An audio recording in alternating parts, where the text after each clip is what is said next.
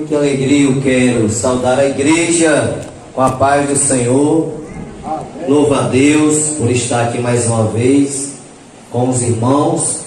Agradeço ao convite do nosso amado irmão Evandro, o dirigente desta congregação, que nos convidou para aqui estarmos e aqui cooperarmos com ele aqui no culto de obra missionária. Estou feliz, irmãos, porque trabalho de obra missionária é um culto que nós venhamos realmente, quando assim participamos do mesmo, sabemos que a nossa igreja é uma igreja missionária, é uma igreja que surgiu do trabalho missionário de dois missionários suecos, Daniel Berg e Gunnar Wingren. E nós sabemos que a igreja brasileira, ela tem uma dívida com a obra missionária. Mas graças a Deus, irmãos, mesmo diante da dificuldade, das lutas que realmente atravessamos neste mundo, assim a igreja tem feito a obra missionária, tem enviado os missionários para pregar a palavra de Deus. E eu quero, irmãos, nesta noite, ler um texto sagrado que se encontra em Atos dos Apóstolos, capítulo 9, versículo 1 ao versículo 6. Iremos aqui nesta noite trazer uma palavra dentro de um texto que fala sobre o missionário chamado Paulo, missionário dos gentios, ao qual Deus o escolheu para pregar o evangelho aos gentios. Diz assim o texto: e Saulo, respirando ainda ameaça e morte contra os discípulos do Senhor, dirigiu-se ao sumo sacerdote e pediu-lhe carta para Damasco, para a sinagoga, a fim de se encontrasse algum daquela seita, quer homem, quer mulheres, os conduzisse preso até Jerusalém.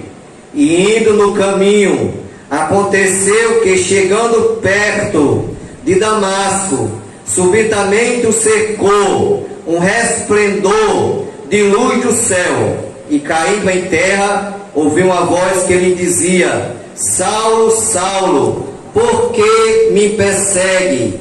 E ele disse: quem és, Senhor? E disse: eu sou Jesus, a quem tu persegue. Duro é para ti recalcitrar contra os aguilhões. E ele, tremendo e atônico, disse: Senhor, que queres que te faça? E disse-lhe o Senhor: levanta-te e entra na cidade, e lá te será dito o que te convém fazer. Então, irmãos, estamos aqui, irmãos, numa leitura, um texto conhecido da igreja, muito utilizado, usado nas pregações, em cultos evangelísticos ou cultos dentro da igreja. Mas antes de adentrarmos nesse texto, nós vamos olhar um pouco o contexto dessa história de Saulo de Tarso, que logo após passou a ser chamado Paulo. Nós vemos, irmãos, no capítulo 1 de Atos dos Apóstolos, porque Atos são os feitos que os apóstolos realizaram aqui na terra. E aqui no capítulo 1, versículo 1, 2 e 3, no contexto dessa história, nós vemos aqui o escritor de Atos. Ele começa falando sobre após ressurreição de Jesus Cristo. Nós sabemos que Jesus, ele ressuscitou, mas ele não foi logo de imediato ao céu. Ele ressuscitou, como havia dito, ao terceiro dia. E quando ele ressuscitou, diz a Bíblia que ele passou 40 dias com os seus discípulos aqui na terra, instruindo a igreja, instruindo os irmãos ali que estavam servindo a ele, os discípulos, ou mais de 100 irmãos já na ocasião, após a ressurreição. E nós vemos aqui no versículo 1, diz o escritor em Atos dos Apóstolos: fiz o meu tratado, ó Teófilo, acerca de tudo o que Jesus começou não só a fazer, mas a ensinar, até o dia em que foi recebido em cima, depois de ter dado mandamento pelo Espírito Santo aos apóstolos que escolhera, ao qual também, depois de ter padecido, se apresentou vivo e com muitas infalíveis provas, sendo visto por ele por espaço de 40 dias, e falando do que respeito ao reino de Deus. Então, irmãos, Jesus ressuscita. Após ressuscitado, Jesus passa ainda 40 dias com os irmãos aqui na terra, 40 dias com os apóstolos aqui na terra, falando a respeito do reino de Deus. Aí diz o versículo de número 4 do capítulo 1 de Atos. Jesus aqui, ele fala sobre o Espírito Santo, sobre o que os discípulos iriam receber como a promessa que o Pai havia lhes dado. E o versículo 4 diz: e estando com eles, determinou-lhe que não se ausentasse de Jerusalém, mas que esperasse a promessa do Pai, que disse ele: de mim ouviste. Então Jesus, após ressuscitar, ele começou a instruir os discípulos e disse: ficai em Jerusalém e recebereis a promessa do Pai. Deus havia prometido que haveria de mandar o Espírito Santo sobre os apóstolos, sobre a igreja da ocasião. Até porque no Evangelho de João, Jesus Cristo falou: importa que eu vá, porque se eu não for, o Consolador não virá a vós. No versículo 5 ao versículo 7, o escritor continua dizendo, aqui são as palavras do próprio Jesus. Jesus aqui falando, ensinando aos apóstolos, e foi escrito pelo autor de Atos dos Apóstolos. E Jesus aqui diz assim: porque na verdade João batizou com água, mas vós sereis batizados com o Espírito Santo não muito depois desses dias. Aqueles, pois, que ali estavam, perguntaram-lhe: restaurará tu nesse tempo o reino a Israel? E disse-lhe Jesus: não vos pertence saber os tempos ou as estações que o Pai estabeleceu pelo seu próprio poder. Jesus aqui, igreja, ele lembra, ele mostra, ele fala aos discípulos que eles receberiam o Espírito Santo, porque eles foram batizados com o batismo de João, mas eles seriam batizados com o Espírito Santo não muito depois desses dias. Porque o batismo com o Espírito Santo aconteceu no dia de Pentecoste. Antes do dia de Pentecoste não havia batismo com o Espírito Santo. No versículo 8, Jesus aqui fala sobre o recebimento do Espírito Santo. Versículo 8: mas recebereis a virtude do Espírito Santo que há de vir sobre vós, e ser-me-eis testemunha, tanto em Jerusalém, como em toda a Judéia, Samaria e até aos confins da terra. Jesus aqui falou que os discípulos seriam testemunha, tanto em Jerusalém, como em toda a Judéia, Samaria e até aos confins da terra. Aí o versículo 9, versículo 10 e versículo 11 do capítulo 1 diz que quando dizia isto, Jesus quando dizia isto, vendo eles, foi elevado às alturas, e uma nuvem o recebeu, ocultando aos seus olhos, e estando com ele, junto deles, se apresentou 2 varões, vestidos de branco, aos quais lhe disseram: varões galileus, por que estáis olhando para o céu? Esse Jesus que dentre vós foi recebido em cima no céu, há de vir, assim como para o céu o vistes ir.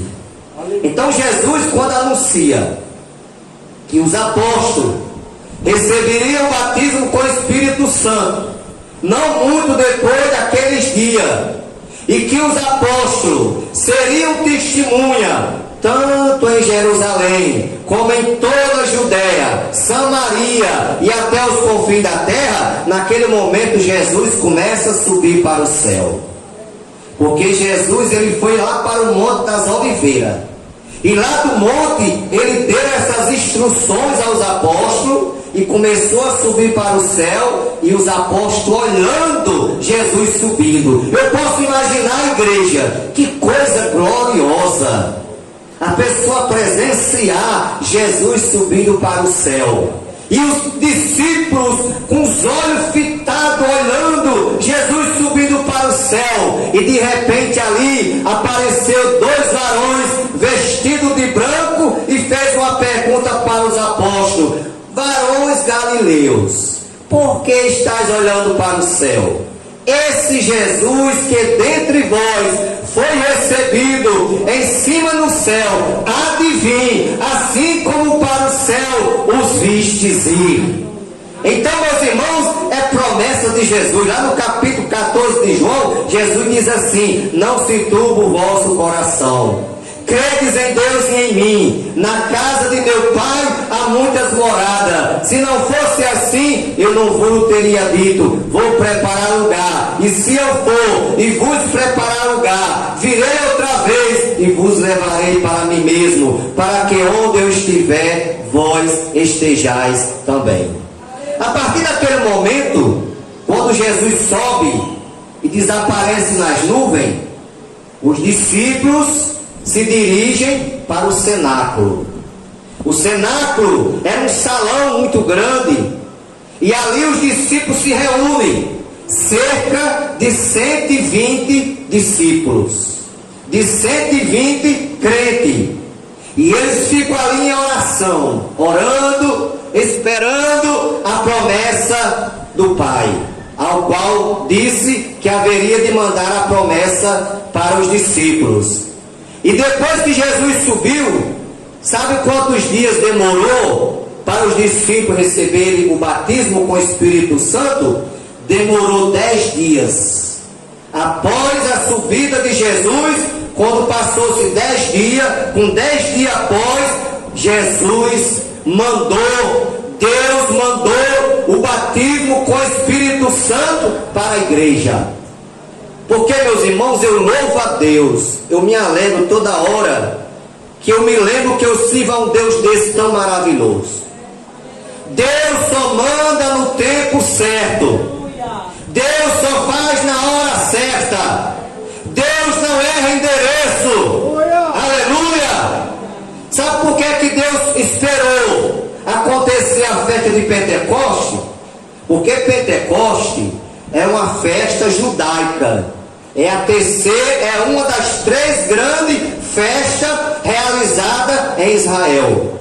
E Deus esperou, depois que Jesus subiu, esperou mais 10 dias, que justamente começava a festa de Pentecoste.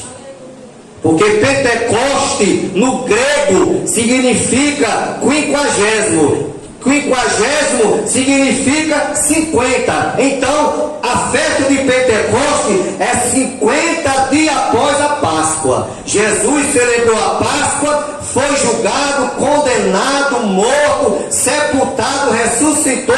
Com 50 dias depois, aí acontece a festa de Pentecoste.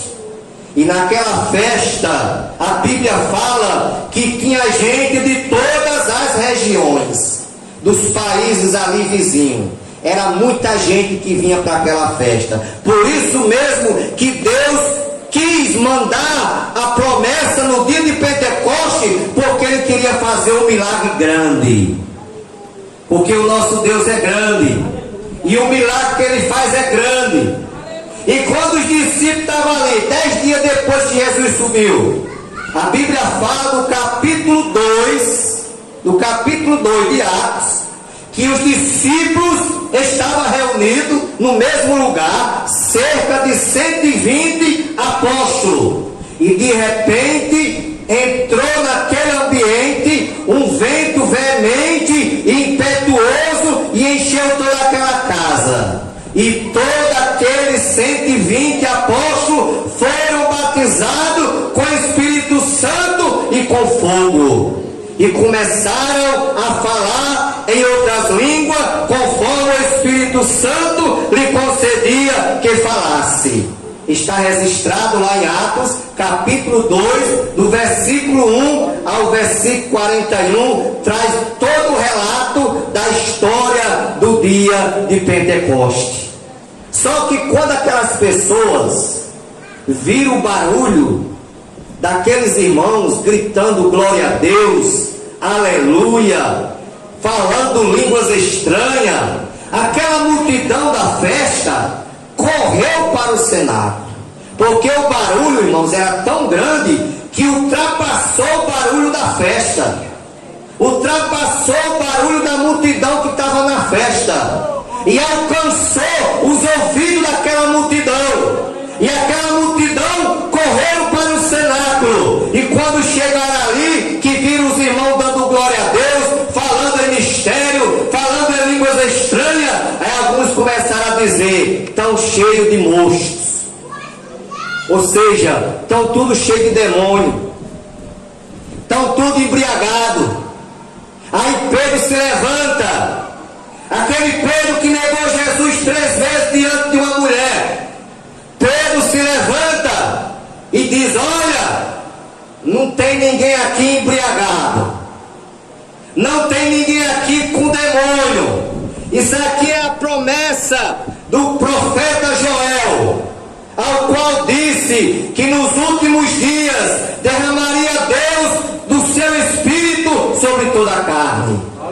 E Pedro, irmãos, fez aquela pregação de um crente pentecostal, de um crente cheio de poder, de um crente cheio de fogo. E a Bíblia diz, irmãos, que quando Pedro pregou, comoveu os corações, a palavra tocou o coração daquelas pessoas, e os homens perguntaram: que faremos nós? Aí Pedro responde: arrependei-vos e convertei-vos, para que sejam apagados os vossos pecados e venha o tempo do refrigério pela presença do Senhor.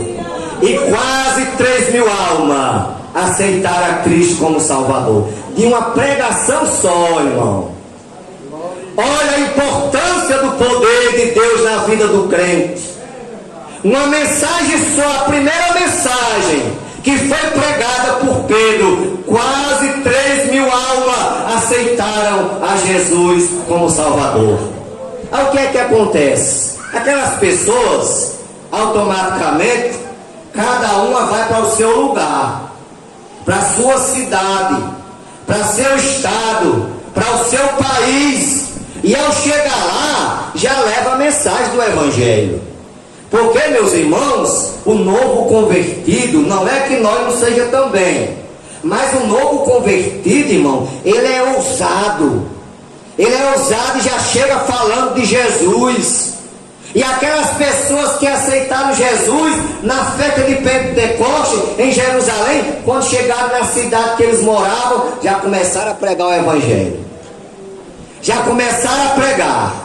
E o reino de Deus, irmãos, o Evangelho de Deus foi crescendo na face da terra. Os crentes foram se multiplicando na face da terra. As pessoas foram aceitando a Jesus como Salvador. Aí no capítulo 3 de Atos, lá vem o acontecimento da cura do coxo da porta do templo chamada Formosa. Vem Pedro, vem João para a oração. E quando chegou ali, havia um coxo que pedia esmola. Naquele tempo, irmãos, não tinha benefício, naquele tempo não tinha aposentadoria, naquele tempo a pessoa quando era cego, a pessoa quando era aleijado, tinha que pedir esmola para sobreviver. E aquele homem pedia esmola todos os dias ali, na porta do templo. E quando Pedro e João se aproximam, aí ele pede uma esmola. Dá uma esmola. Pedro e João olham para aquele homem e disse: não temos prata, não temos ouro, mas o que temos, isso te damos. Em nome de Jesus Cristo, levanta-te e anda. E aquele homem se levantou e começou a andar na presença de todos. Só que as pessoas, meus irmãos, começaram a pensar que o milagre tinha sido feito por Pedro e por João. Aí Pedro aproveita novamente a oportunidade e começa a pregar para aquelas pessoas e começa a dizer que não foi ele que fez aquele milagre, que não foi João que fez aquele milagre. Quem fez aquele milagre foi Jesus, aqueles que o crucificaram. E quando Pedro termina de pregar, irmãos, a Bíblia diz que quase 5.000 almas aceitam Jesus como Salvador. Oh, glória, hein? Quase 5.000, já vai 8.000. O Evangelho crescendo, o Evangelho se expandindo. Porque Evangelho, irmãos, eu vou usar aqui um linguajar bem nordestino. O linguajar bem nordestino, que é bem fácil dos irmãos entenderem. Evangelho, crente, igreja, é que nem formigueiro, irmão. Quanto você mais mexe, mais aparece formiga. Aleluia. Muitos tentaram fechar as portas desta igreja e nunca conseguiram, e nem vai conseguir. Sabe por quê? Porque quando Jesus pergunta a Pedro, pergunta aos apóstolos, lá no capítulo 16 de Mateus: que dizem os homens ser o filho do homem? Aí os discípulos disseram: uns dizem que tu és Elias, outros dizem que tu és João Batista. Aí Jesus pergunta: e vocês? O que é que vocês dizem que eu sou? Aí Pedro disse: tu és o Cristo, o Filho do Deus vivo. Aí Jesus responde: bem-aventurado és tu, Simão Barjona, porque tu não revelou a carne e o sangue, mas meu Pai que está no céu. Eu também te digo que tu és Pedro, e sobre esta pedra edificarei a minha igreja, e as portas do inferno não prevalecerá contra ela.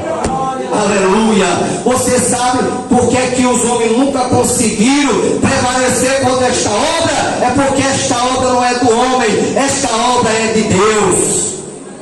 Enquanto mais mexe com essa obra, mais Deus abençoa. Enquanto mais mexe com esse povo, mais Deus salva. Aleluia. Então o Evangelho, irmãos, foi crescendo, foi se multiplicando na face da terra. Aí no capítulo, irmãos, de número 4, dando continuidade aqui ao nosso contexto, aonde queremos trazer uma mensagem nesta noite, diz, irmãos, que Pedro foi preso.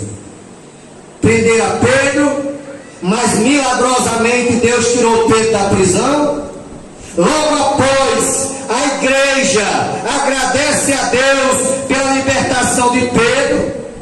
No capítulo 5, Ananias e Safira mentem para Pedro, que era o dirigente da congregação na ocasião, e morrem.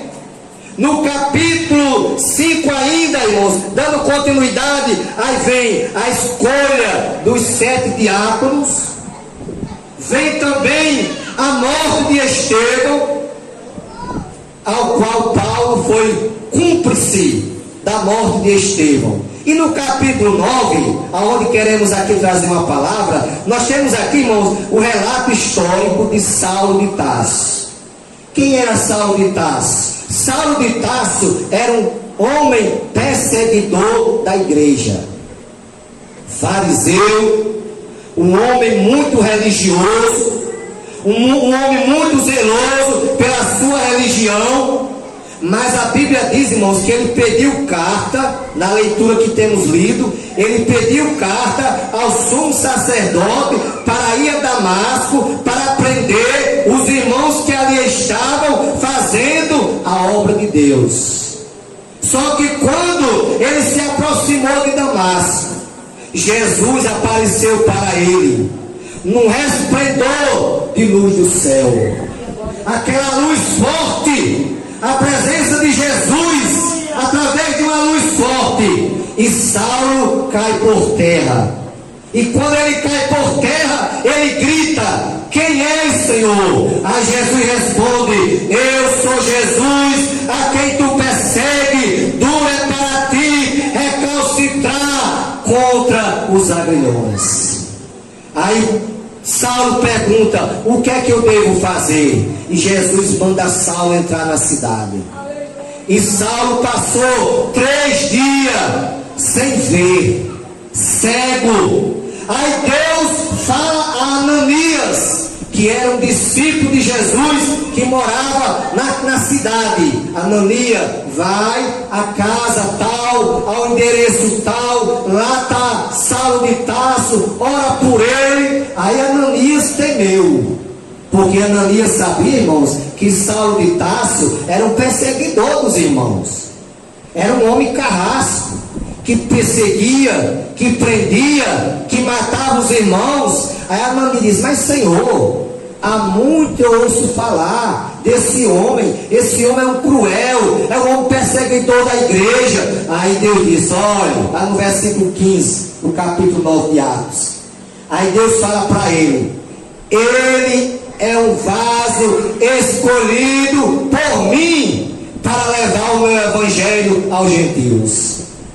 Aí Ananias foi, orou por Saulo, recuperou a vista de Saulo, e a partir daquele momento, irmãos, Saulo de Tarso passou a ser chamado Paulo. E o perseguidor, aquele homem que tanto perseguiu os irmãos, aquele homem que tanto perseguiu a igreja, aquele homem que prendia os irmãos, aquele homem que açoitava os irmãos e foi cúmplice da morte de Estevão, aquele homem agora era outra pessoa.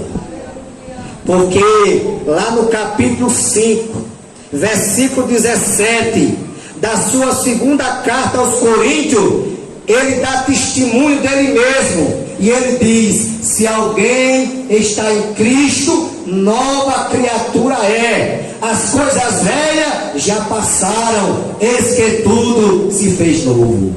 Então, a partir daquele momento que Saulo, ele tem um encontro com Jesus, que ele recupera a sua visão, que Ananias ora por ele, aí ele começa a levar o evangelho de Jesus Cristo aos gentios. Aí lá no capítulo 1, versículo 16 de Romanos, ele diz assim: porque não me envergonho do evangelho de Cristo, porque é o poder de Deus e salvação para todo aquele que nele crê. E ali, irmãos, Paulo faz uma grande obra. É um homem considerado o maior apóstolo de nosso Senhor Jesus Cristo, porque foi o mais que escreveu as epístolas do Novo Testamento. Um homem que escreveu 13 epístolas, 13 cartas às igrejas ao qual ele havia fundado. Ele fundou várias igrejas e deu a manutenção espiritual, deu a manutenção através do ensinamento, da palavra, e ganhou muitas almas para o reino de Deus, mas morreu por amor a Cristo. Mas louvamos a Deus, igreja, que o evangelho chegou nos Estados Unidos, e ao chegar nos Estados Unidos, havia já duas pessoas lá, separadas por Deus, 2 homens que haviam aceitado Jesus, E esses dois homens foram escolhidos por Deus para trazer o Evangelho para o Brasil no ano de 1910. Daniel Berg e Gunnar Wingre são os dois homens que Deus escolheu, dois homens suecos que Deus escolheu para trazer o Evangelho até o Brasil. Porque antigamente, irmãos, os missionários vinham dos outros países para o Brasil, para fazer missão no Brasil. Hoje, graças a Deus, que o nosso Brasil é abençoado, irmão. Hoje é o contrário. O Brasil, como um celeiro de missionário, já é quem envia missionário para outros países. E a nossa igreja evangélica, Assembleia de Deus, ao qual foi a igreja fundada por Daniel Berg e Gunnar Wingre, lá em Belém do Pará. A nossa igreja, irmãos, é uma igreja missionária. E nós estamos hoje aqui em um culto de obra missionária. E existe 3 formas de fazer missão: é indo, orando e contribuindo. Então os missionários estão lá na Venezuela, no Paraguai, no Uruguai, na Gâmbia, em Guiné-Bissau, na Espanha, em outros países. Eles estão lá, mas nós estamos aqui dando suporte a eles, orando por eles e contribuindo. Essa oferta que a irmã trouxe, essa oferta que o irmão trouxe, essa oferta, ela vai ser direcionada ao caixa missionário da nossa igreja, e de lá vai ser enviada para manter os nossos missionários que estão em outros países fazendo a obra missionária. Então, como Paulo foi um homem que Deus tirou, que talvez aos olhos de alguém não tinha mais jeito, mas Deus resgatou ele do pecado, resgatou do mundo, transformou a vida dele, fez dele um missionário. É o mesmo Deus, irmãos, que nós servimos hoje. Quem sabe aqui na Vila Sergipe tem irmãos aqui, tem irmãs aqui, que Deus vai chamar para a obra missionária, que Deus vai me enviar para a obra missionária, para você ser um missionário em terras estranhas, para você ser uma missionária em outros países, em outras terras. Sabemos que não é fácil, mas o Deus que manda é o Deus que responsabiliza, é o Deus que capacita.